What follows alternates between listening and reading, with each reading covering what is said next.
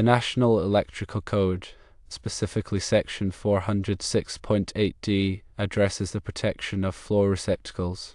This section stipulates that standpipes for floor receptacles shall allow floor cleaning equipment to be operated without damage to the receptacles.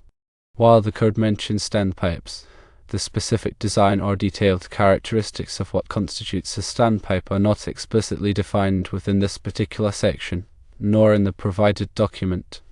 The purpose of a standpipe in this context is to provide a physical barrier or extension around the floor receptacle that elevates the point of connection above the floor surface. This elevation helps to prevent direct contact between the receptacle and floor cleaning equipment such as vacuum cleaners, wet mops, or floor scrubbers. The intent is to minimize the risk of physical damage to the receptacle, which could lead to electrical hazards or the need for frequent repairs.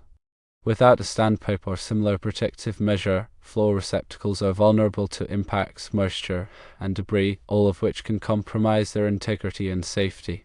When installing floor receptacles, it's essential to consider the environment in which they will be used and the types of cleaning equipment that are likely to be employed. The standpipe should be designed and installed in a manner that effectively protects the receptacle without obstructing its intended use. This might involve selecting a standpipe material that is durable and resistant to corrosion, as well as ensuring that the standpipe is securely attached to the floor or receptacle housing. Furthermore, the height and diameter of the standpipe should be sufficient to accommodate common cleaning equipment while still allowing easy access to the receptacle for plugging in devices.